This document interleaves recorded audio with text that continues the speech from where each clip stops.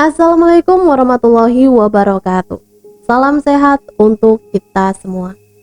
Semoga kita semua selalu mendapat lindungan Allah Subhanahu wa taala ya. Diberikan nikmat sehat walafiat serta dimudahkan segala urusannya. Amin ya robbal alamin. Nah, untuk kesempatan kali ini Mimin akan membagikan satu cerita misteri. Nah, seperti apa sih ceritanya? Mari kita mulai.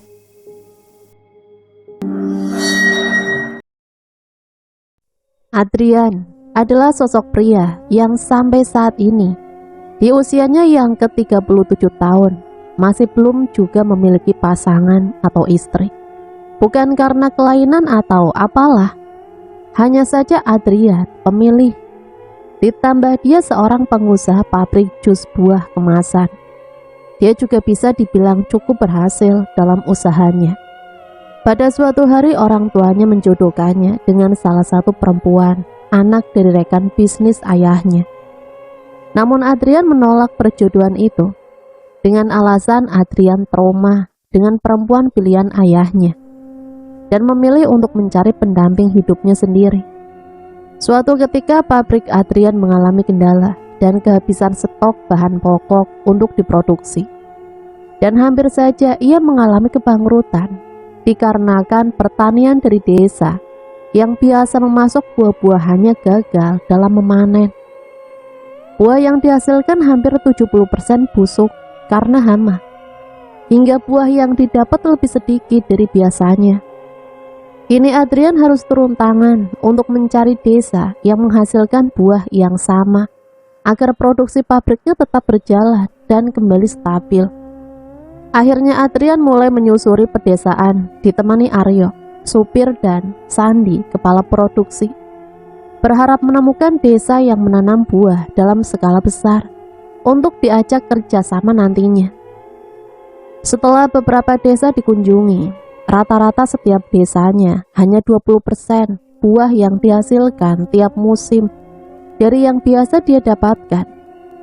Hari mulai gelap. Pencarian mereka akan dilanjut besok hari. Perjalanan terhambat, mereka terjebak dalam kemacetan. Adrian pun memilih untuk mencari jalan pintas. Setelah bertanya pada warga, mereka ditunjukkan jalan pintas lewat persawahan, di mana jalannya belum terkena aspal sama sekali. "Yo, benar gak nih jalannya ke sini?" tanya Adrian. "Kata orang di ujung jalan tadi sih benar pak, kesini jalannya lebih cepat," jawab Aryo. Sama-sama belum pernah lewat jalan persawahan ini. Perjalanan pun dilanjut dengan menerjang bebatuan sepanjang jalan.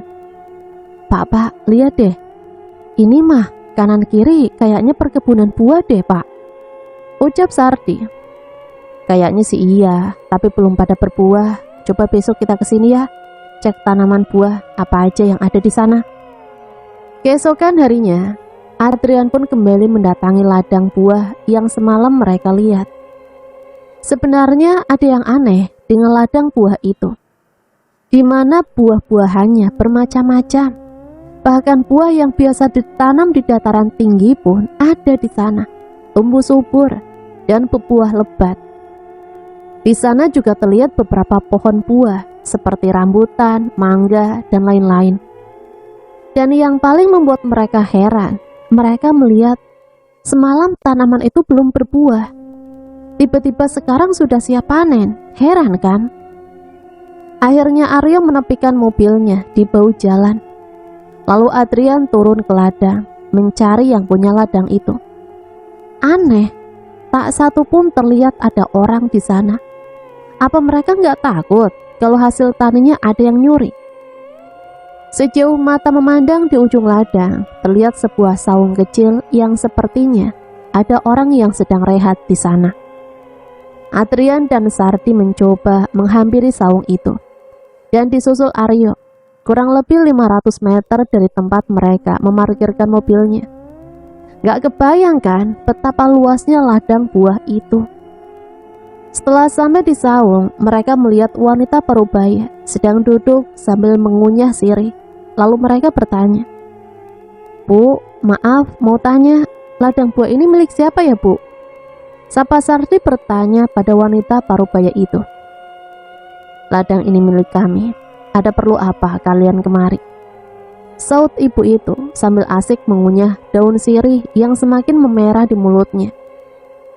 Gini ibu, kami dari kota sedang mencari buah-buahan untuk olahan produksi pabrik kami. Dan kebetulan buah yang kami cari ada di ladang ibu. Kira-kira ibu mau menjualnya pada kami atau tidak? Kalau kalian mau buah-buahan ini, lebih baik kalian langsung datang ke dusun kami. Karena yang punya tanaman ini bukan satu orang, tapi satu dusun. Dan juga ini buah-buahan, bukan buah biasa. Jawab ibu itu. Kalau boleh tahu, di mana ya Bu dusun ibu? Ada di seberang sungai itu. Nama dusunnya Kembangan. Ujar ibu yang sambil menunjuk ke arah hutan yang penuh pepohonan itu. Bisa ibu antar kami ke sana? Biar saya bisa rundingan dengan warga ibu. Bisa, tapi tidak sekarang. Kalian bisa datang lagi ke sini pada hari Selasa dan temui saya di saung ini jam 2 siang. Kenapa harus Selasa, Bu? Dan kalau sekarang nggak bisa ya, Bu? Adrian yang kembali bertanya dengan rasa penasarannya. Begitu penuturannya kalau kalian mau hasil tani kami. Baiklah Bu, terima kasih ya Bu. Dan satu lagi, jalan ke dusun kami tidak bisa dilalui dengan mobil. Hanya kendaraan roda 2 yang bisa melewati jalannya. Lalu mereka kembali berjalan, tapi saat Adrian menoleh ke arah ibu tadi, ternyata ibu itu sudah tidak ada di saung. Sungguh aneh, hanya dalam hitungan detik, ibu itu hilang seketika, tanpa tahu kemana hilangnya. Mereka pun tetap berpikir positif untuk hal itu. Yang penting mereka sudah menemukan apa yang mereka cari. Sar, saya masih kepikiran sama ladang buah tadi. Masa iya dalam waktu semalam bisa berbuah semua? Bagus-bagus lagi buahnya, ucap Adrian. Kalau dipikir-pikir sih, iya juga Pak. Dan yang paling heran, Selasa besok kan Selasa Kliwon Pak. Apa mungkin ada kaitannya dengan gaib Pak? Sardi yang sepemikiran dengan Adrian. Ya mudah-mudahan sih gak ada sangkutnya ya sama yang gituan. Hari Selasa pun tiba. Siang itu Adrian datang kembali ke tempat itu tepat di jam 2 siang. Seperti biasa ditemani Aryo dan Sardi. Kali ini mereka dengan 2 sepeda motornya. Di sana sudah berdiri ibu parubaya sedang menunggu kami di pinggir jalan. Kira-kira jarak dari sini jauh atau tidak, Bu? Tanya Aryo. Kurang lebih hanya 7 menit kalau pakai sepeda motor. Dan satu lagi, panggil saya Bu Saodah. Tak lama perjalanan setelah menyeberangi jembatan kayu kecil yang hanya bisa dilewati dan cukup motor saja, mereka sampai di dusun itu. Pertama kali menginjak kaki mereka di dusun itu, semua warga menyambut kami dengan ramai. Dan warga berdiri di depan rumah masing-masing dan melambaikan tangannya kepada Adrian, Aryo, dan Sardi. Rumah-rumah di sini sangatlah sederhana, tapi rapi, tersusun, layaknya sebuah komplek di mana besar dan modelnya sama semua. Atap dari jerami yang dibalut dinding dari anyaman bambu. Yang bikin mereka bingung, rata-rata warga yang tinggal di sana rata-rata seorang perempuan parubaya, dan hanya beberapa warga laki-laki yang tinggal di dusun itu. Bahkan masih bisa dihitung dengan jari. Mereka pun dibawa ke balai pertemuan di sana. Sudah terlihat perempuan tua. Sepertinya beliau sesepuh di dusun ini yang sedang menunggu kedatangan mereka. Perkenalkan, ini Mbah Mariati. Kami biasa memanggilnya dengan sebutan Mbah saja, ucap Bu Saodah yang memperkenalkan kami kepada Mbah Mar. Mbah, ini ada orang-orang dari kota yang akan membeli hasil tani kita. Ada Adrian, Aryo, dan juga Sardi, sambung Bu Saodah. Dan mereka mulai berdiskusi dengan warga, meminta persetujuan untuk membeli buah-buahan hasil dari ladang yang warga tanam, serta mengajak warga untuk bekerja sama ke depannya. Setelah beberapa jam, warga akhirnya setuju untuk bekerja sama. Dan hasil panen pun bisa diambil minggu ini. Maaf Bu, mau nanya, di dusun ini saya lihat warganya rata-rata perempuan semua Bu. Dan hanya ada beberapa warga laki-laki yang tinggal di sini. Kalau boleh tahu, kemana suami mereka? Tanya Adrian pada Bu Sauda setelah warga bubar dari balai ini.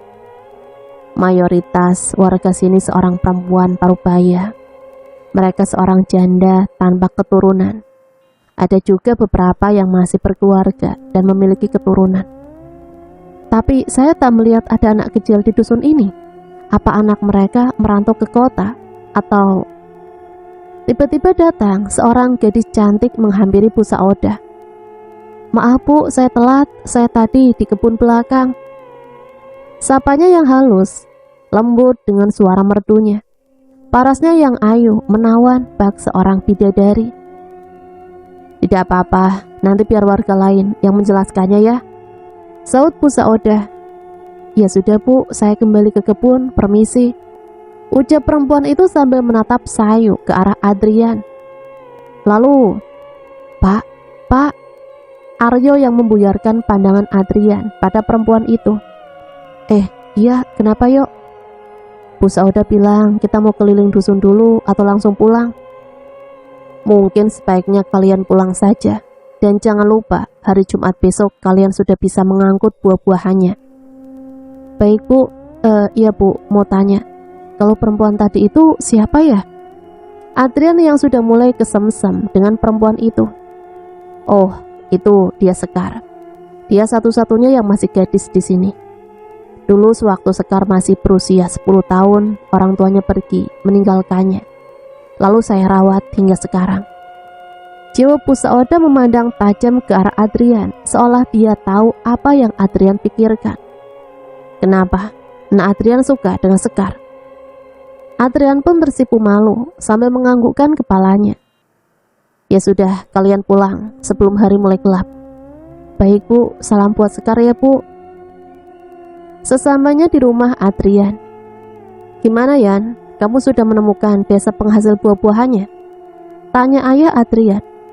Sudah ya, kemungkinan Jumat besok sudah bisa langsung dipanen dan diangkut ke pabrik. Bukan hanya ladang buah Pak yang ketemu, malah calon menantu Bapak pun sudah mulai ketemu. Ucap Aryo dengan candaannya, menyela obrolan Adrian dan ayahnya. Wah bagus dong, jadi ayah percaya kalau kamu masih suka perempuan. Ayah doakan saja ya, jawab Adrian menutup obrolan. Hari Jumat pun tiba. Sesamanya di ladang, berjejer keranjang besar berisi buah-buahan, hasil panen di sepanjang bahu jalan, dan sudah siap diangkut ke mobil bak. Anehnya waktu buah belum diangkut masih terlihat sedikit. Tapi setelah dinaikkan ke bak mobil, ternyata tidak cukup, hanya satu mobil. Akhirnya Adrian menghubungi orang rumah untuk mengirimkan 2 mobil lagi. Sungguh menakjubkan, Adrian pun tercengang melihat buah-buahan yang begitu melimpah. Dari mana sebenarnya buah-buahan itu? Atau jangan-jangan benar kata Aryo, kalau ini ladang gaib. Tapi, sudahlah. Gumam isi hati Adrian. Bu Sauda mengundang Adrian dan karyawannya datang ke dusun. Kebetulan di dusun mengadakan acara makan-makan selepas panen. Nah Adrian, nanti kalian hadir ya, kita makan-makan, sekalian syukuran. Jangan lupa ajak karyawanmu, kami tunggu jam 2 siang nanti. Baik Bu. Setelah selesai menurunkan buah-buahan ke pabrik, mereka siap-siap untuk menghadiri acara itu. Namun saat itu sepeda motor hanya ada 3, sementara mereka berjumlah 8 orang, termasuk Adrian. Akhirnya menyewa ojek untuk mengantarkan sisanya. Sesamanya di jembatan, Pak, Bapak benar mau turun di sini? Setahu saya di seberang jembatan sudah tidak ada pemukiman lagi Pak. Tanya Mas ojek sambil kebingungan. Masa Mas nggak tahu kalau ada dusun di seberang? Mas kan orang sini, masa baru tahu? Serius Mas, yang saya tahu di seberang sana itu pemakaman. Itu juga bukan pemakaman umum, tapi makam tua yang sudah lama terbengkalai. Sejenak Ariel terdiam. Yo, Ayo, malah bengong. Teriak Adrian memanggil Aryo yang terlewat jauh. Ya udah mas, saya lanjut jalan, terima kasih ya, ujar Aryo memberi uang pada Mas Ojek. Sepanjang jalan Aryo masih kepikiran omongan Mas Ojek tadi. Karena kalau diperhatikan, memang seperti ada yang janggal dengan dusun itu. Setelah masuk ke dusun, ramai warga menunggu kedatangan mereka. Disambut hangat dengan hidangan makanan dan buah-buahan, serta tuak yang terlihat lezat di atas tikar yang terbentang sepanjang lorong jalan. Sekar, duduk sini, sebelah ibu. Bu Sauda memanggil Sekar agar bisa berkenalan dengan Adrian. Kenalkan, ini Nak Adrian. Setelah mengobrol lama, sepertinya Sekar juga suka sama Adrian. Tanpa pikir panjang, Sekar menerima maksud utama Adrian, yaitu ingin mempersuntingnya. Bu, kalau boleh saya mau ajak Sekar ke rumah. Mau saya kenalkan sama orang tua saya, tanya Adrian. Boleh saja, kemungkinan besok, kalau hari ini sudah terlalu sore. Soalnya Sekar harus pulang sebelum maghrib. Nggak baik juga anak gadis pulang malam. Iya bu, pasti nanti aku antar Sekar sebelum gelap. Tak terasa hari sudah mulai sore, matahari pun mulai tenggelam di ujung barat. Itu tandanya Adrian dan yang lainnya sudah harus meninggalkan dusun itu. Padahal saat itu, Sardi dan satu orang temannya sedang asik minum tuak, ditemani janda-janda yang molek, hingga tak sadarkan diri karena mabuk berat. Adrian pun kebingungan membawa mereka pulang. Pasalnya mereka hanya menggunakan motor. Akhirnya Aryo berinisiatif untuk menjemput Sardi dan teman-temannya setelah mengantarkan Adrian pulang. Pak, sepertinya biar saja Sardi menginap di sana. Lagian orang dusun sana baik, nggak mungkin kalau sampai menelantarkan Sardi. Lagian hari sudah gelap juga, tutur Aryo. Ya sudah, besok pagi kamu temani saya ke sana ya. Sekalian saya mau jemput Sekar. Sementara itu di dusun, saat Sardi sadar dari mabuknya, dia tengah berada di sebuah kamar yang hanya diterangi lampu minyak. Tak ada orang di rumah itu. Dia juga tak melihat temannya bersamanya. Sardi keluar dari rumah itu. Ternyata di luar juga sangat sepi, tidak ada satu orang pun yang lewat. Pada kemana perginya orang-orang di sini? Gumamnya. Lalu Sardi keliling dusun, mencari temannya untuk diajaknya pulang. Dari jauh Sardi melihat kerumunan orang yang dikelilingi puluhan obor. Karena penasaran, dia pun menghampirinya. Sepertinya pestanya belum usai. Tuturnya melihat sekumpulan orang-orang di sana. Tapi tak jauh dari tempat orang-orang tersebut, Sardi melihat temannya dipasung di antara dua tiang. Semakin dekat ia berjalan ke tempat itu, semakin terlihat jelas kalau orang-orang yang ada di sana semuanya nenek-nenek tua, bertubuh kurus, berambut putih panjang, tanpa mengenakan pakaian atasan. Sardi juga melihat Sekar menghampiri temannya itu. Tapi tiba-tiba Sekar menusuk perut temannya itu. Melihat peristiwa itu, Sardi pun berbalik arah dan berlari sekencang-kencangnya. Sebelum sampai ke jembatan, dia bertemu dengan Bu Sauda. Sardi meminta tolong padanya. Namun bukannya menolong, Bu Sauda malah menghantamkan batu kepada Sardi hingga dia terjatuh tak sadarkan diri. Lalu Sardi diseret ke tempat orang-orang tadi.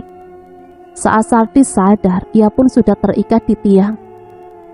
Dia melihat tubuh temannya dicincang-cincang dan dimakan mentah-mentah oleh sekumpulan nenek-nenek itu. Sardi berteriak minta tolong, namun apa daya, siapa yang akan menolongnya di tengah hutan seperti ini? Sardi terus meronta-ronta, memohon agar dirinya tidak dibunuh. Namun Sekar menancapkan pisau ke perut Sardi, lalu merobeknya hingga Sardi tewas. Nenek-nenek itu berebut mengambil isi perut Sardi untuk dijadikan santapan makan mereka. Keesokan harinya, Adrian dan Aryo segera datang lebih awal. Nak Adrian, mau jemput Sekar ya? Iya Bu.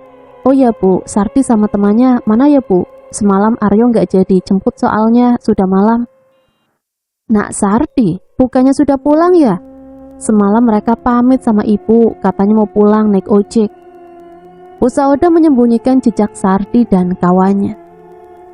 Apa mungkin dia langsung ke pabrik ya? Soalnya saya belum cek ke pabrik tadi, buru-buru mau ke sini. Semalam ibu juga sudah melarang mereka pulang, mending nginep saja. Tapi mereka nolak, katanya takut dicariin istri mereka. Ya udah Bu, nggak apa-apa, biar nanti saya cek ke pabrik. Jangan lupa ya Nak Adrian, antarkan Sekar sebelum maghrib. Baik Bu. Setelah Sekar siap, mereka pun mulai jalan beriringan. Adrian di depan, Aryo belakang. Sepanjang jalan Aryo memperhatikan Sekar, seperti ada yang beda. Dari awal Aryo memang sudah mencurigai warga dusun itu. Hanya saja Adrian sudah terlanjur kasmaran dengan Sekar. Tiba-tiba Sekar menoleh ke arah Aryo dengan mata merah dan kulit muka yang menjerit keriput, layaknya nenek-nenek. Sontak Aryo pun terkejut dan menghentikan motornya. Ternyata benar, ada yang tidak beres dengan Sekar, ucapnya, dan mulai lagi perjalanan. Sesampainya di rumah orang tua Adrian. Ya, ini Sekar, perempuan yang aku ceritakan kemarin. Sekar, ini ayah sama ibu aku. Ini toh yang buat Adrian cengar-cengir tiap hari. Cantik banget, tutur ibu Adrian. Sekar hanya tersenyum dan tersipu dengan pujian ibu Adrian. Silahkan duduk Nak Sekar.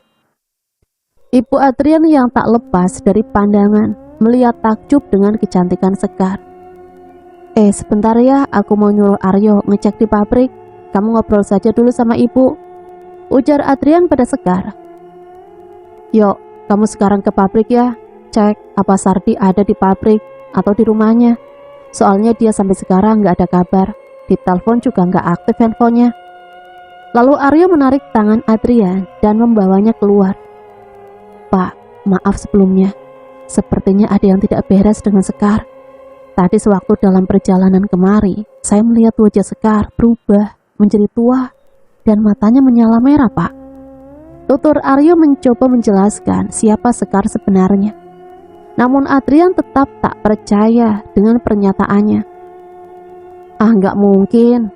Mata kamu kali salah lihat. Jawab Adrian yang kekeh tak percaya.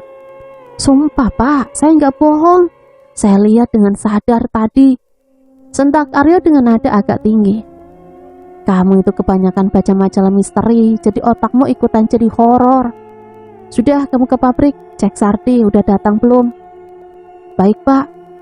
Lalu Aryo jalan ke pabrik. Setelah sampai di pabrik, Aryo tak melihat Sardi di sana. Jang, Mas Sardi nggak masuk ya? Tanya Aryo pada Ujang, karyawan pabrik. Mas Sardi dari pagi belum kelihatan. Coba ke rumahnya, barangkali dia sakit nggak bisa masuk kerja. Ya udah, saya ke sana. Makasih ya Jang. Beberapa langkah dari pintu utama pabrik, Aryo melihat seorang perempuan sedang berdiri di depan gerbang pabrik. Terlihat perempuan itu seakan sedang panik. Lalu Aryo menghampirinya.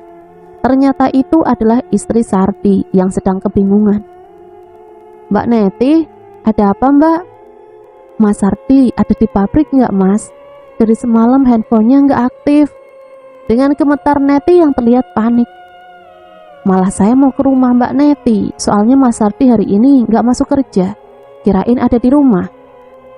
Kemarin sore dia bilang mau pergi, ada acara dari pabrik katanya. Tapi sampai sekarang nggak ada kabar Mas. Sebenarnya kemarin sore Mas Sardi sama temannya mabuk berat di acara itu. Pas kami mau pulang, motor yang kami bawa cuma ada 3. Rencananya setelah saya mengantarkan Pak Adrian, saya mau balik lagi jemput Mas Sardi. Tapi saat itu hari sudah gelap, jadi saya percayakan sama warga supaya Mas Sardi dan temannya bermalam di sana. Pas tadi pagi saya ke sana, warga bilang kalau Mas Sardi sudah pamit pulang dari semalam. Tapi dia nggak ada di pabrik. Terus gimana Mas? Mas Aryo mau kan bantu cari Mas Sardi? Pasti Mbak, pasti saya cari Mas Sardi. Sekarang Mbak Neti tenang, Mbak tunggu di rumah aja ya. Nanti pasti saya kabarin Mbak Neti. Aryo yang menenangkan kegelisahan Neti. Lalu Neti pun dibujuk Aryo agar dia tenang dan mau diantarkannya pulang. Setelah mengantar Neti, Aryo berinisiatif untuk mendatangi saudaranya yang paham dengan hal gaib. HP Adrian berbunyi. Halo? Adrian mengangkat panggilan tersebut.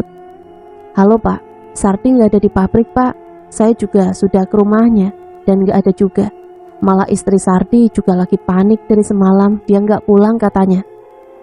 Aduh, ya sudah, kamu balik ke sini biar nanti kita cari setelah anterin Sekar pulang. Yan, Adrian. Ibu Adrian menghampirinya. Ajak nak Sekar makan siang. Dari tadi ibu ajak ngobrol, jawabannya singkat terus. Tanya ibu Adrian yang mulai merasa aneh dengan Sekar. Kayaknya masih malu-malu Bu. Maklum, biasanya kan kalau dari desa suka gitu. Ya sudah, kamu ajak makan Ki. Kalau ibu yang ngajak, dia malu-malu. Suara mobil berhenti di halaman rumah. Lalu Aryo keluar dari mobil itu dan masuk ke dalam rumah. Pak, di pabrik ada masalah Pak. Katanya ada kendala dengan mesin-mesinnya. Karyawan pabrik kebingungan. Biasanya Sardi yang benerin mesinnya, tapi karena Sardi nggak ada, jadi mereka meminta Bapak datang ke pabrik. Alibi Aryo agar Adrian tidak jadi mengantarkan Sekar. Kok bisa? Kan kemarin mesin habis dicek. Aduh, mana udah sore, saya harus antar Sekar pulang. Jawab Adrian dengan nada sedikit agak kesal. Saya juga nggak tahu Pak, barusan saya dari pabrik, kata Ujang mesinnya ngadat. Tapi biasanya kalau ada kendala orang pabrik pasti telepon saya, kok ini enggak? Iya Pak, Ujang HP-nya rusak, makanya dia suruh saya yang sampaikan ke Bapak. Ya sudah, kamu tolong antar Sekar pulang. Sekar, kamu pulang bareng Aryo ya, maaf banget ya, aku nggak bisa anterin kamu. Sekar hanya tersenyum dan menganggukkan kepalanya. Saat perjalanan mengantarkan Sekar, tiba-tiba motor Aryo berhenti. Waduh, kayaknya motornya mogok nih. Sebentar ya, saya cek dulu. Ya, bensinnya habis, tadi saya lupa isi. Sebentar, saya telepon temen dulu ya, suruh anterin bensin kemari. Padahal Aryo menelpon saudaranya yang orang pintar itu. Sepertinya Sekar tahu rencana Aryo, lalu memasang wajah kesal. Sementara di pabrik, Jang, kata Aryo, mesin pabrik bermasalah ya? Tanya Adrian pada Ujang. Enggak Pak, mesin dari semalam baik-baik aja kok. Kan kemarin sudah permajaan masa rusak lagi. Sialan Aryo, bisa-bisanya dia bohongin saya. Jang, saya pinjam motormu ya, mau nyusul Aryo. Adrian yang terlihat marah. Waktu sudah menunjukkan jam 5 sore, yang dimana daerah Jawa di jam itu sudah mulai gelap. Tak lama Adrian datang dan langsung memaki-maki Aryo. Maksud kamu apa? Dengan nada lantang, Adrian lalu menarik baju Aryo. Tahan Pak, tahan. Saya akan jelasin semuanya. Jelasin apa? Kamu mau jelasin kalau Sekar makhluk gaib gitu? Sarap kamu yo. Atau jangan-jangan kamu naksir juga sama Sekar? Adrian yang semakin marah. Tidak Pak, saya tidak ada niat untuk suka sama perempuan jadi-jadian ini. Aryo masih bingung untuk menjelaskannya, karena saat itu Adrian sangat marah padanya. Jadi-jadian, saya rasa otakmu sudah gila. Lalu Adrian menarik tangan Sekar dan mereka langsung pergi dari sana.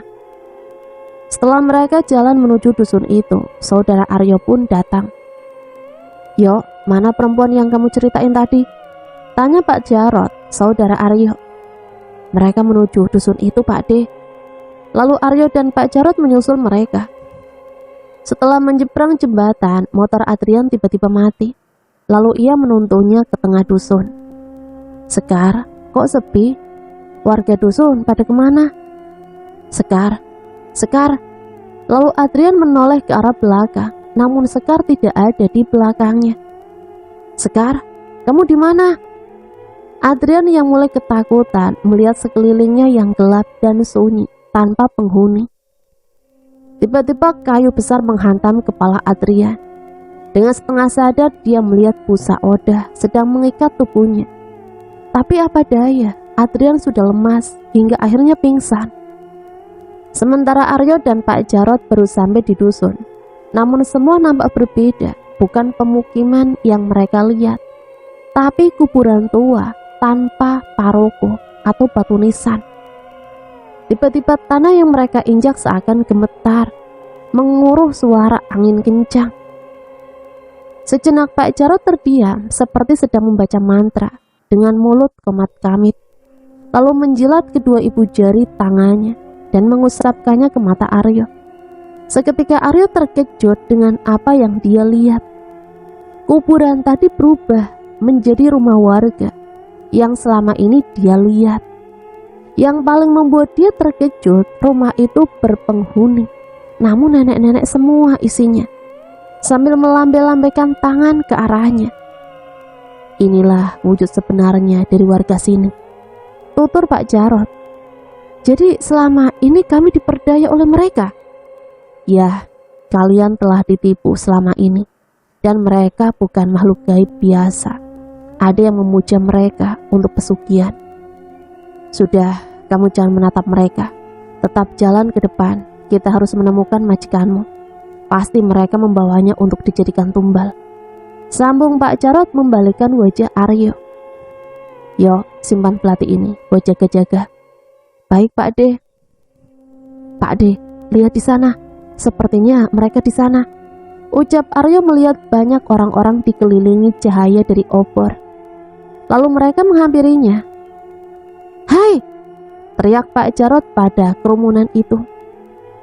Aryo pun kaget melihat Adrian diikat tanpa busana dan sedang disayat kulitnya. Dan gerombolan nenek-nenek itu menyerang Aryo dan Pak Jarot. Dikeluarkannya golok dari dalam baju Pak Jarot, lalu mereka pun bertarung.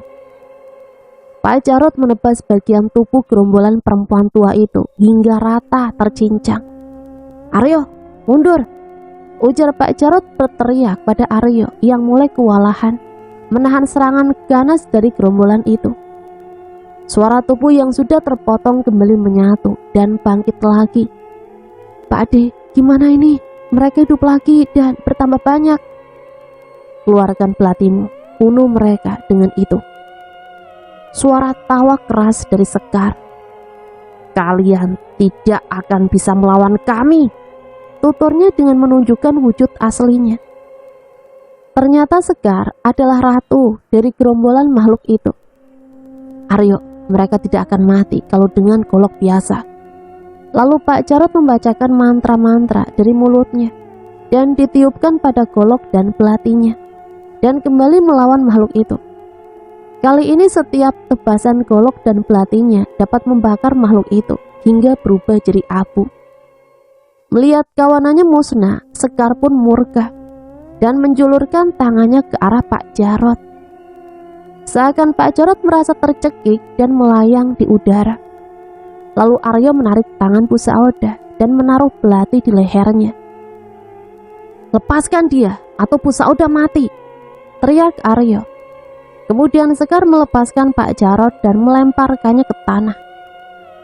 Tapi Aryo tak melepaskan belatinya, malah disesetnya belati itu ke leher Pusaoda hingga tewas. Sekar pun semakin marah. Pak Jarot kembali dicekiknya hingga tewas. Dari jauh Aryo melemparkan belati itu, tepat menusuk ke dada Sekar.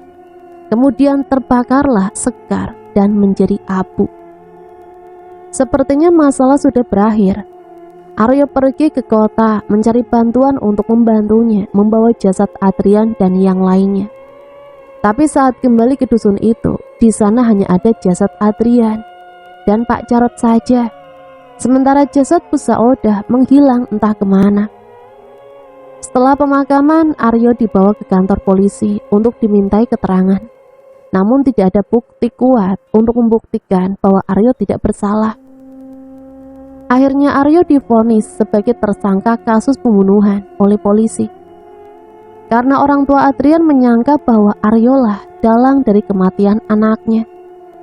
Saat polisi menelusuri siapa saja yang terlibat, polisi menemui tukang ojek yang pernah mengantar Aryo dan menginterogasinya. Lalu Mas Ojek menceritakan semuanya pada polisi. Ternyata diam-diam Mas Ojek itu sering membuntuti Aryo karena penasaran dengan dusun itu. Bahkan dia juga melihat kejadian saat Sardi dan temannya dibunuh. Hanya saja Mas Ojek takut untuk menceritakan pada warga setempat. Dan Aryo pun bisa bebas bersyarat setelah masa kurungan 3 bulan. Hanya saja Aryo harus mengumpulkan bukti-bukti agar dirinya bisa benar-benar bebas dan tidak bersalah atas kasus itu. Jadi Sekar adalah anak kandung Bu Saudah yang 1 tahun lalu sudah meninggal bersama suaminya karena kecelakaan. Hanya saja Bu Saudah tak terima atas kematian Sekar. Maka dia menyembah Nini Balung untuk membangkitkan Sekar kembali. Namun yang ada dalam jasad Sekar bukanlah roh Sekar, melainkan roh jahat dari Nini Balung yang meminta tumbal agar jasad Sekar bisa hidup lebih lama. 3 bulan kemudian, Jakarta 2020. Suara pintu kantor diketuk. Masuk, jawab seseorang dari dalam kantor. Permisi Pak, di luar ada orang yang ingin bertemu dengan Bapak, ucap salah satu staf kantor. Siapa ya? Tanya pria yang ada di ruangan itu. Namanya Aryo, katanya ada hal penting yang harus dia bicarakan dengan Bapak. Suruh dia masuk. Lalu Aryo pun masuk ke ruangan itu. Nama saya Aryo, saya sudah membaca semua cerita di majalah misteri dari perusahaan Bapak, termasuk cerita ladang yang Pak Danu tulis sendiri, ungkap Aryo. Terus apa tujuan utama Pak Aryo datang ke sini? Tanya Danu. Akhirnya Aryo menjelaskan semuanya pada Danu. Aryo meminta bantuan Danu untuk mengusut kejadian pesugihan itu agar terbukti kalau Aryo tidak bersalah. Namun Danu menolaknya. Maaf Pak, saya tidak bisa membantu Bapak. Saya sudah berjanji pada keluarga saya kalau saya tidak akan lagi terlibat dengan hal-hal yang berbau gaib. Sekali lagi saya minta maaf, ujar Danu. Baik Pak, kalau memang Pak Danu tidak bisa membantu saya, tidak apa. Saya hanya bisa berharap ada orang yang bisa membantu membuktikan kasus ini dan membebaskan saya dari masalah ini. Ini nomor telepon saya, barangkali Bapak berubah pikiran. Maaf, saya sudah mengganggu Bapak dan terima kasih. Aryo dengan penyesalan dalam wajahnya lalu meninggalkan ruangan itu. Kini Aryo harus pulang dengan pasrah atas tuduhan yang ia terima dan menunggu keputusan hakim untuk memasukkannya kembali ke dalam penjara. Masih ingatkan cerita Andong Mayit Pesugihan? Nah, Danu ini masih sama ya dengan Danu yang ada di cerita Andong Mayit Pesugihan tersebut. Sebenarnya ini 2 session ya, tapi Mimin jadikan 1. Malam ini travel yang akan menjemput Ricky sudah tiba di halaman kosannya. Ricky bersiap-siap kemudian berangkat menuju kampung halaman pada pukul 9 malam. Jakarta Barat 2020. Aryo akan mengantarkan Renata terlebih dahulu ke kampung halamannya, yaitu di Purwokerto. Sementara Sinta, ia akan ikut Renata. Setelah peristiwa kos putri, Sinta menceritakan riwayat hidupnya pada Aryo dan Renata. Sinta adalah anak satu-satunya dari orang tua yang sudah tiada. Selepas kepergian orang tuanya, sanak saudara Sinta pun mulai tak menghiraukannya. "Pak, tadi Mama cek saku ke meja Papa, ada kartu nama, penting gak Pak?" tanya Mila, istri Danu. "Oh itu, pulang aja mah, gak terlalu penting juga. Ya sudah, Papa berangkat kerja dulu ya mah." "Iya Pak, hati-hati ya." Sesamanya di kantor, "Pak, kemarin sore ada 3 orang datang mencari Bapak. 2 perempuan dan laki-laki, katanya ingin bertemu dengan Bapak. Berhubung Bapak sudah pulang, jadi saya suruh mereka pergi," ujar satpam kantor. 3 orang? Siapa mereka? Jawab Danu dengan heran. "Saya lupa nanya namanya Pak, tapi mereka nitip ini buat Bapak," sambil memberikan amplop berwarna putih. "Oke, makasih ya." Danu mengambil amplop itu dan lalu masuk ke kantor. Jawa Tengah. "Nak Ricky, pulang kapan?" Tanya Budiro, ibunya Aryo yang lewat depan rumah Riki. Tadi jam 6, Wak. Wak mau kemana?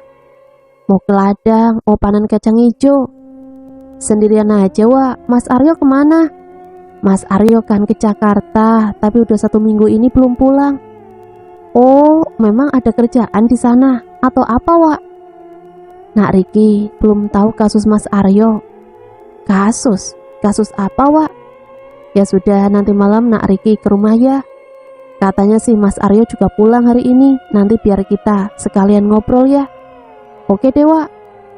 Di perjalanan, Mas, apa Mas Aryo yakin kalau Mas Danu akan bantu kita? Tanya Renata. Sebenarnya aku yakin gak yakin sih. Soalnya ini juga bukan masalah dia. Tapi ya sudah, kita doakan saja ya. 8 jam kemudian, akhirnya sampai juga di Purwokerto. Rumahmu yang mana, Ren? Itu, Mas, masuk gang situ. Sinta, bangun, sudah sampai nih. Sinta pun menggeliat, terbangun dari tidurnya. Sepertinya ia kelelahan. Sampai-sampai sepanjang perjalanan ia tertidur. Setelah sampai di rumah Renata, Aryo pun dijamu hidangan nikmat oleh ibunya Renata. Kamu tinggal sama ibu aja. Iya, Mas, setelah aku cerai, anakku ibu yang merawat. Sementara aku pergi ke Jakarta. Terus bapak kamu? Bapakku pergi 3 tahun lalu dengan istri barunya. Sepertinya nasib rumah tangga kita hampir sama. Setelah kejadian beberapa bulan lalu, istriku menceraikanku dan membawa anak-anakku. Tapi orang tua Mas Aryo masih ada. Tinggal ibu saja, bapakku juga udah tiada. Beliau meninggal saat aku masih duduk di bangku SMA. Sementara adikku sudah menikah dan ikut suaminya ke Kalimantan. Ya sudah, kalau begitu saya pamit pulang dulu ya. Hati-hati ya Mas Aryo. Aryo pun melambaikan tangan dari jendela mobil dan mulai melaju. 2 jam kemudian, Nak Riki, masuk nak. Budiro membuka pintu. Mas Aryo belum sampai, Wak. Belum, katanya sudah deket sih. Paling bentar lagi sampai. Tak lama terdengar suara mobil berhenti di depan rumah. Tuh kayaknya Mas Aryo datang. Aryo pun keluar dari mobil dan melihat ke teras rumahnya. Di sana berdiri ibunya dan Riki. Tumben Ki, kamu ada di kampung, cuti kerja? Tanya Aryo membuka obrolan. Tempat kerjaku diliburkan 1 bulan, Mas. Loh, kenapa? Karena kejadian mistis. Mohon maaf, Mas, kata Uwa, Mas Aryo juga sedang menghadapi masalah yang berkaitan dengan mistis juga ya, Mas. Kalau boleh tahu seperti apa, Mas, kejadiannya? Kali aja aku bisa membantu. Ya, seperti cerita horor pada umumnya. Aryo mencoba untuk tidak jujur pada Riki, karena ia tidak mau Riki terlibat dalam masalahnya. Kalau memang cuma mistis biasa, kenapa Mas Aryo sampai berurusan dengan polisi?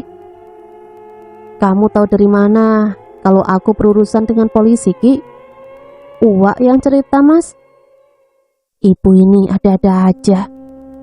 Melihat Aryo bengong, Riki pun menegurnya. Mas Aryo, ucapnya sambil menepuk tangan Aryo. Sudah, gak usah dibahas ya, Ki.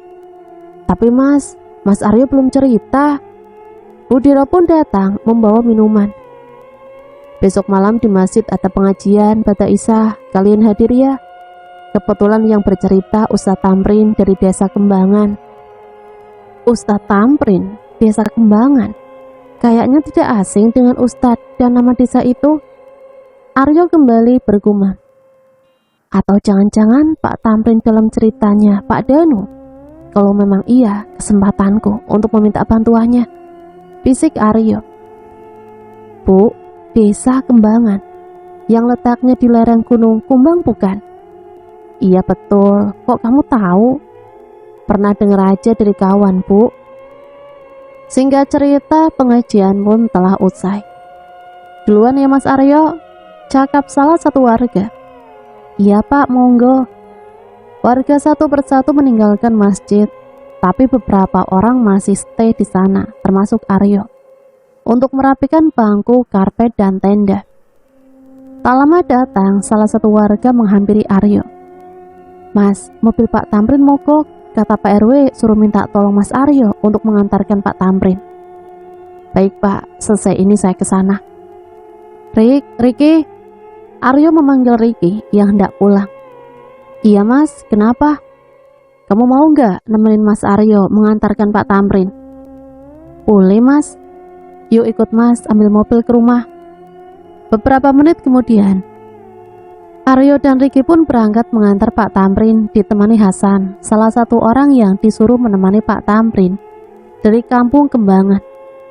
Sepanjang perjalanan mereka saling bertukar pengalaman, bertukar kisah dan mencari solusi untuk masalah Aryo. Mas, kalau memang Mas Aryo tidak bersalah, coba Mas Aryo lebih perdalam lagi ilmu agama, giatkan ibadah dan meminta jalan keluar padanya.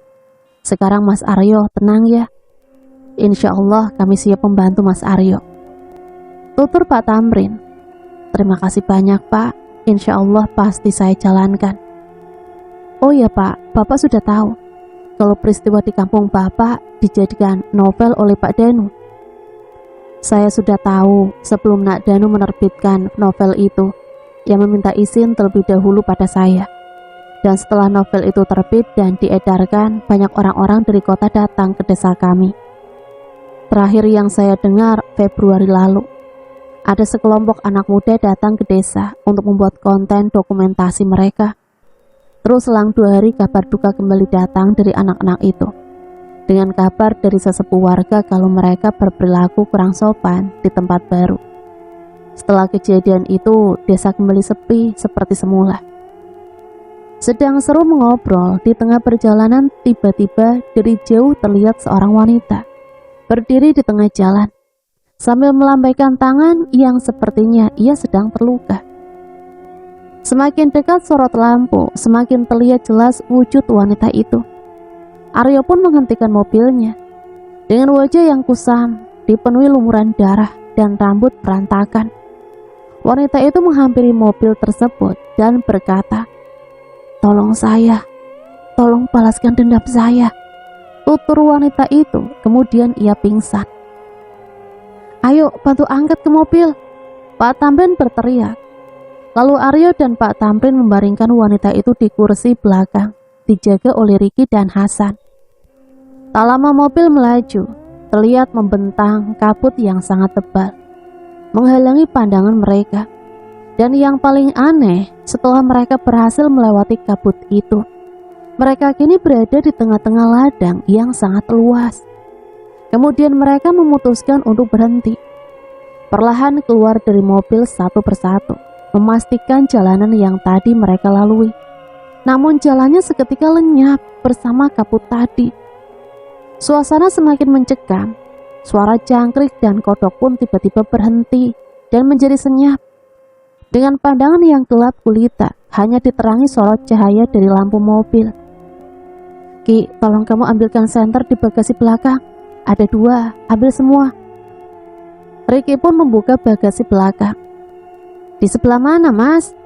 "Sisi kanan, di box merah." Setelah senter itu ketemu, Riki segera memberikannya pada Aryo dan Pak Tamrin. Namun Riki merasa ada yang aneh. Dia kembali membuka bagasi dan ternyata wanita itu tidak ada di dalam mobil. Mas Aryo." "Ada apa Ki?" "Mbak yang tadi pingsan nggak ada di mobil." Semua panik dan kembali masuk ke dalam mobil. Mereka paksakan menerobos persawahan. Roda mobil pun masuk ke kubangan lumpur persawahan hingga mobil susah untuk bergerak. Lalu wanita itu kembali dan duduk di bumper depan. Kemudian ia menoleh ke arah Aryo sambil melempar senyum halus. Sontak Aryo terkejut. Sekar?" ucap Aryo terheran melihat Sekar masih hidup. "Siapa dia Mas Aryo?" tanya Pak Tamrin. Dia Sekar yang telah membunuh Pak Adrian." "Kamu telah membunuh ibuku. Sekarang kamu akan dapat balasannya," teriak Sekar. Pak Tamrin segera berdoa dan membaca ayat-ayat suci Al-Quran. Sementara Aryo terus mencoba menginjak gas semakin kencang, berharap roda mobil segera terlepas dari tanah lumpur itu. Sekar tertawa semakin kencang, beriringan dengan kerasnya suara deru mesin mobil. Perlahan wujud asli dari Sekar diperlihatkan. Ketika Sekar hendak menghantamkan kaca mobil, mobil pun terlepas dan melaju kencang. Hingga mereka tak sadar ada turunan yang curam di hadapan mereka. Mengetahui ada bahaya di depan, Aryo mencoba menginjak rem. Namun dengan kepanikannya, ia malah menginjak rem disertai pedal gas. Alhasil mobil terguling dan terbalik masuk ke semak-semak. Dari jauh Sekar tersenyum melihat kecelakaan itu, lalu menghilang. Warga pun berdatangan untuk menolong. Terlihat Ricky dan Hasan bergeliat. Nampaknya luka mereka tak terlalu parah, sebab posisi mereka ada di kursi belakang. Setelah 1 jam, akhirnya warga bisa mengeluarkan Aryo dan juga yang lain dari dalam mobil. Namun kondisi Aryo dan Pak Tamrin sepertinya terluka parah. Ricky dan Hasan akhirnya sadar setelah keluar dari genjatan kursi. Sementara Aryo dan Pak Tamrin masih belum sadarkan diri. Tak lama mobil ambulan pun datang ke lokasi kejadian. Lalu mereka segera dilarikan ke rumah sakit terdekat. Aryo dan Pak Tamrin masih di ruang ICU. Karena sampai saat ini mereka masih belum sadar. Sementara Ricky dan Hasan, mereka di ruang pengobatan karena luka ringan. Singkat cerita, 2 minggu kemudian, sidang pun ditunda sampai kondisi Aryo benar-benar membaik. Sementara Pak Tamrin, ia keluar dari rumah sakit lebih dulu. Dan saat ini kondisinya membaik. Setelah menjalani terapi tulang dan beberapa jahitan di bagian tangan dan kaki akibat tergenjat setir mobil, kini kondisinya mulai membaik. Selama 2 minggu, ternyata Renata dan Sinta masih setia menjaga Aryo di rumah sakit. Ricky sempat menceritakan kejadian sebelum kecelakaan. Hari ini Aryo diperbolehkan untuk pulang dengan kondisi kaki di gipsen. Ia hanya duduk di kursi roda. Sementara mobilnya yang hancur ia tinggalkan di lembah itu. Tering suara telepon berbunyi dari HP Bu Desi. Assalamualaikum Bu, ini saya Danu Bu. Bagaimana kabar Ibu dan Bapak, sehat? Waalaikumsalam. Nak Danu, alhamdulillah Nak, kami di sini sehat. Cuma Bapak masih dalam penyembuhan. Penyembuhan? Memang Bapak kenapa Bu? 2 minggu yang lalu, Bapak kecelakaan mobil dirawat di rumah sakit 10 hari. Dan alhamdulillah sekarang keadaan Bapak membaik. Pantesan, beberapa hari ini aku kepikiran terus dengan Bapak, makanya aku telepon. Oh ya Bu, lusa aku cuti 1 minggu. Rencana mau liburan ke tempat Ibu, sekalian mau melihat kondisi Bapak. Syukurlah kalau kalian mau ke sini, kami senang mendengarnya. Kamu apa kabar di sana? Pasti anak kamu sudah besar ya Nak. Setelah berbincang di telepon, Danu pun segera memberitahu istrinya kalau lusa ia akan berkunjung ke sana. Dan pastinya Danu meminta izin terlebih dahulu pada ibu dan Sopiah di Tasik. Itu sepertinya Danu sudah datang Pak. Bu Desi pun segera melihat ke depan sambil mendorong Pak Tamrin yang saat ini masih duduk di kursi roda. Assalamualaikum. Waalaikumsalam, akhirnya sampai juga ya Nak, ucap Pak Tamrin. Setelah Danu dan keluarganya sungkem, mereka pun mulai memasuki rumah. 2 hari sebelum hari persidangan Aryo digelar, ponsel Pak Tamrin berbunyi. Halo, Assalamualaikum. Waalaikumsalam. Nak Aryo, kamu sudah sembuh? Alhamdulillah Pak, sudah membaik. Kabar Bapak bagaimana Pak? Alhamdulillah Bapak juga sudah membaik. Sudah bisa beraktivitas. Ngomong-ngomong tumben, kamu nelpon Bapak. Aryo pengen silaturahmi ke rumah Bapak. Apakah boleh Pak? Loh pasti boleh lah, kenapa enggak? Ya sudah, nanti saya kirimkan alamatnya ya. Singkat waktu perjalanan pun mereka tempuh dengan bus. Setelah 2 jam perjalanan, akhirnya mereka sampai di terminal. Segera Aryo dan lainnya lanjut perjalanan dengan naik angkutan umum. Jarak tempuh terminal Kembangan 45 menit. Pak, numpang tanya, rumah Pak Tamrin di sebelah mana ya Pak? Tanya Aryo pada lelaki parubaya yang hendak berangkat ke ladang.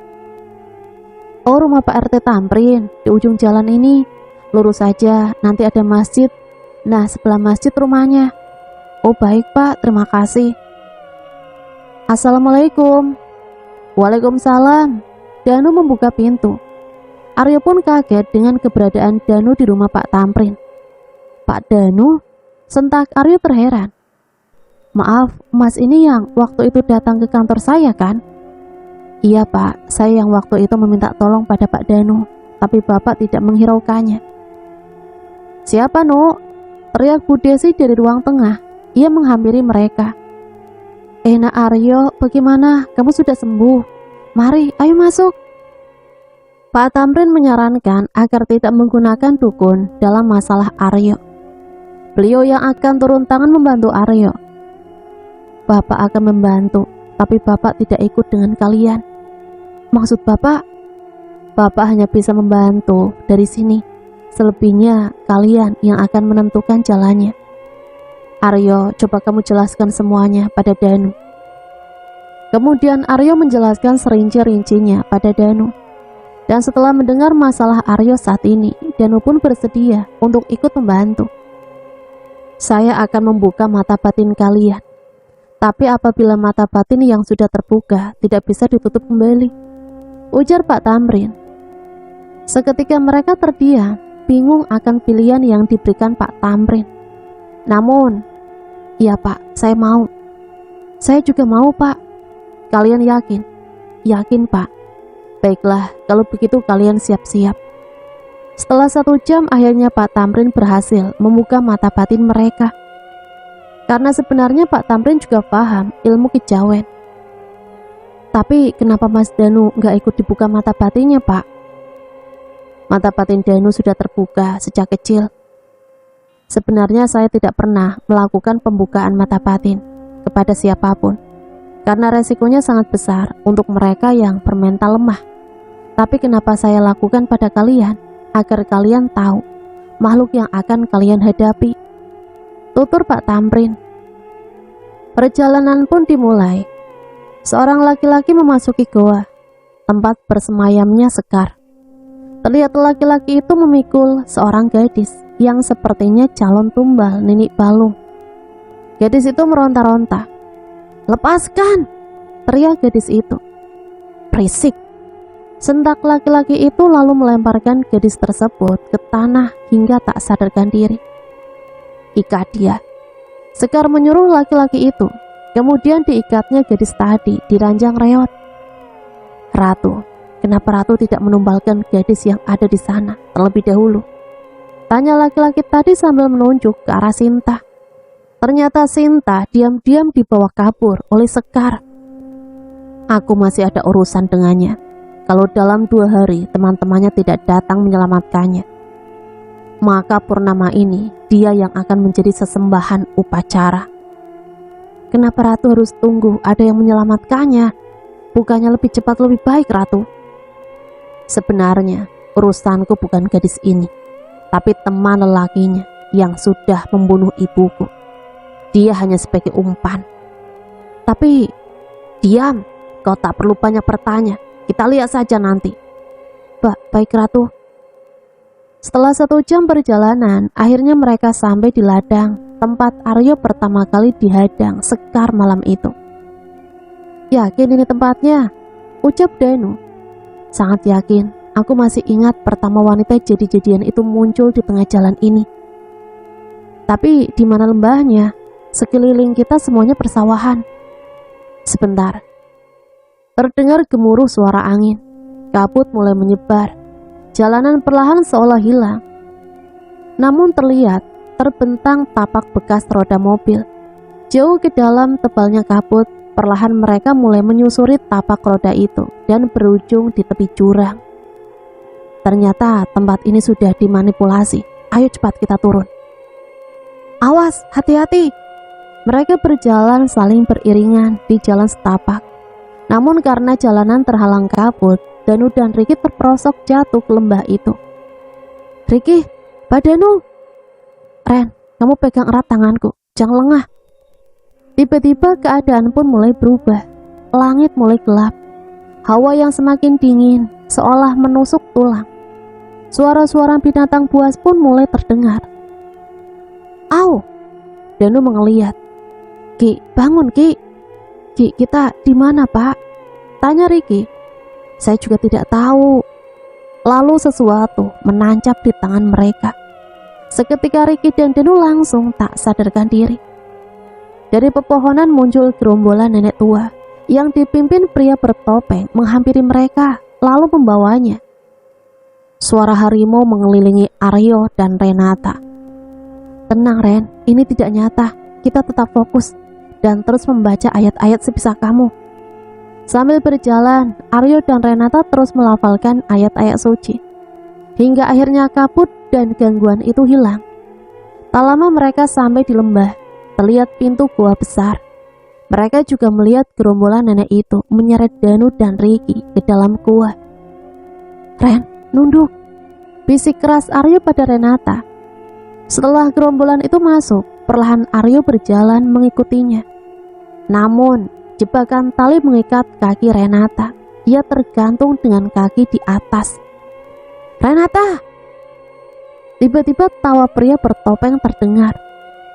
Kalian pikir saya tidak tahu? Siapa kamu? Kamu tidak perlu tahu siapa saya.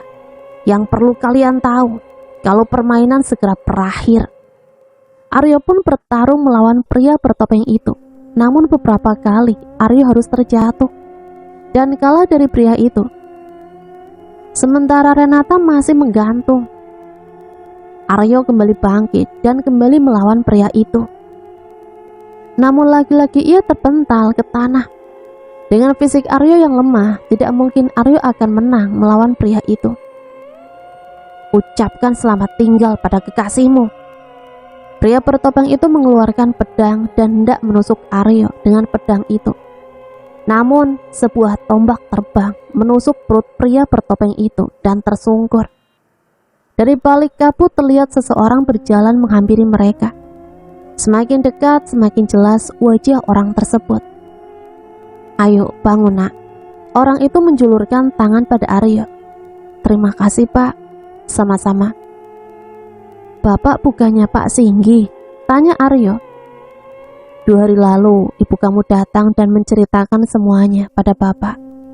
Walaupun kakak tertua bapak telah tiada, Pak Jarot, karena membantumu, tapi bapak tidak tega melihat apa yang terjadi pada keluargamu. Tutur Pak Singgi sambil menurunkan Renata. Sekali lagi saya ucapkan terima kasih. Mungkin kalau tidak ada bapak, tamat riwayatnya saya Pak. Ayo sekarang kita masuk dan selamatkan temanmu yang lain. Tunggu sebentar Pak. Ada apa Yok? Aryo penasaran siapa di balik topeng itu. Saat dibuka topengnya dan hah? Pak Didi. Aryo terkejut melihat sosok asli di balik topeng itu. Kamu kenal? Kenal Pak, beliau RW di kampung daerah sini. Tapi kenapa beliau melakukan ini semua? Padahal Pak Didi lah yang menyelamatkan kami saat terjadi kecelakaan 3 minggu yang lalu. Ya sudah, tinggalkan saja mayatnya di sini. Mereka pun mulai masuk ke dalam goa itu. Nampak dari bibir goa cahaya opor di sepanjang lorong dan bekas seretan tubuh Danu dan Ricky. Seketika tombak berterbangan. Awas! Teriak Pak Singgi. Lengan Renata tersayat ujung tombak. Au! Aryo berteriak melihat Renata jatuh. Segera Aryo meropek kain dari lengan bajunya untuk menutup luka Renata. Kita tetap hati-hati, tutur Pak Singgi. Kemudian mereka melanjutkan perjalanan. Ternyata cukup dalam dan luas isi goa itu. Danu tersadar dari pingsannya. Saat ingin membuka matanya, ia melihat sosok berjubah hitam sedang berdiri di hadapannya. Kemudian sosok itu membuka jubahnya. Bapak, teriak Danu. Tanpa sadar Danu segera lari dan memeluk sosok itu.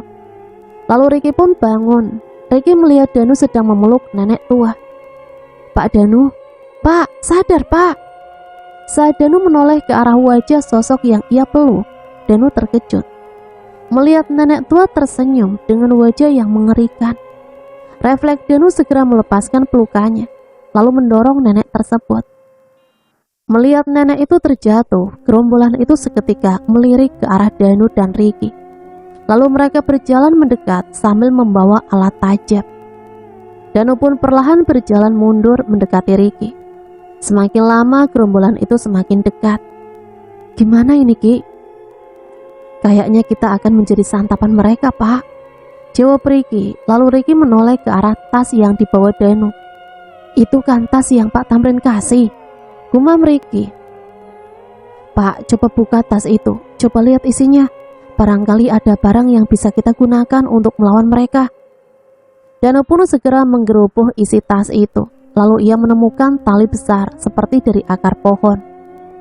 Berlafalkan tulisan Arab, namun ada gagangnya. Tepatnya seperti cambuk. Danu mencoba membaca lafal itu dalam hati. Kemudian ia menjadi yakin dan berani. Ki, kamu tetap di belakang saya. Siapa? Saat gerombolan itu menyerang, Danu langsung mengibaskan benda itu. Setiap kipasan cambuk mengenai nenek itu, seketika si nenek remuk berserakan di tanah. Ayo maju! Danu semakin garang, seolah menyatu dengan cambuk itu. Tak terasa semua rata dilibas oleh Danu. Tiba-tiba Sekar datang dan bertepuk tangan. Wah, hebat sekali. Mengesankan, tapi sayang, benda itu tak bisa melenyapkan mereka. Kemudian Sekar mengetukkan tongkatnya 3 kali ke tanah. Seketika tubuh gerombolan nenek tua itu kembali menjadi utuh. Gawat, mereka semakin banyak. Pak Danu, Ricky, Aryo yang baru tiba. Bagus, akhirnya yang ditunggu-tunggu datang juga. Nak Renata, ambil tombak itu, suruh Pak Singgi pada Renata. Lalu Pak Singgi memantrai tombak tersebut. Aryo, pakai ini. Pak Singgi melemparkannya pada Aryo. Kalian siap? Ucap Pak Singgi. Siap. Pertarungan pun dimulai. Aryo dan Pak Singgi melawan Sekar. Ricky dan Danu melawan gerombolan nenek tua itu. Sementara Renata segera berlari mencari Sinta. Sinta! Teriak halus Renata. Melihat Sinta terbaring di atas ranjang, lalu ia segera melepaskan ikatan yang melilit tubuh Sinta. Namun beberapa kali Renata mencoba memotong tali itu, tetap tak bisa lepas dari Sinta. Renata mencari alat pada tas yang diletakkan Ricky, tas dari Pak Tamrin. Ia menemukan keris. Tanpa berpikir panjang, ia langsung membawa keris itu untuk memotong tali yang melilit Sinta. Pertarungan semakin sengit. Pak, mereka semakin banyak, bahkan seperti tidak ada habisnya, teriak Danu pada Pak Singgi. Danu, Pak Tamrin menyapa Danu melalui telepati. Bapak, ikatkan gelang yang Bapak kasih pada cambuk yang kamu pegang. Lalu bacalah kembali lafaz yang ada pada cambuk itu. Danu pun mulai melakukannya, dan cambuk itu menyala seperti api. Lawan mereka. Kali ini bukan hanya remuk, tapi juga terbakar dan menjadi abu oleh sabetan cambuk tersebut. Melihat pasukannya lenyap, Sekar menjadi murka. Ia melilit Aryo dan Pak Singgi dan melemparkannya ke bebatuan, hingga mereka berdua tak sadarkan diri. Mas Aryo, teriak Renata dan Ricky. Ketika Ricky dan Renata hendak menghampiri Aryo, Sekar kembali mengibaskan tongkatnya. Terhempaslah Ricky dan Renata ke tanah. Sementara kerisnya terpental dan jatuh di hadapan Sinta yang baru terlepas dari ranjang itu. Danu menghampiri Sekar, lalu menyabetkan kembali cambuk pada tangan, kaki, dan bau Sekar. Sekar pun mulai merintih kesakitan sambil mengeliat mundur. Bekas sabetannya mulai melelehkan kulitnya. Sekar melayang, mencoba kabur. Namun Danu sigap dan melepaskan cambuknya ke kaki Sekar hingga ia terjatuh. Lilitkan cambuk itu pada tubuhnya. Tusukan keris itu tepat di dadanya.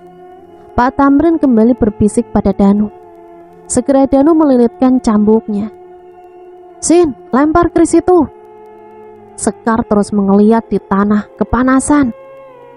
Ditancapkannya keris itu tepat menusuk dada Sekar. Sekar berteriak. Sekar pun berubah wujudnya kembali seperti asalnya, yaitu sosok nenek tua. Ingat gerhana bulan merah.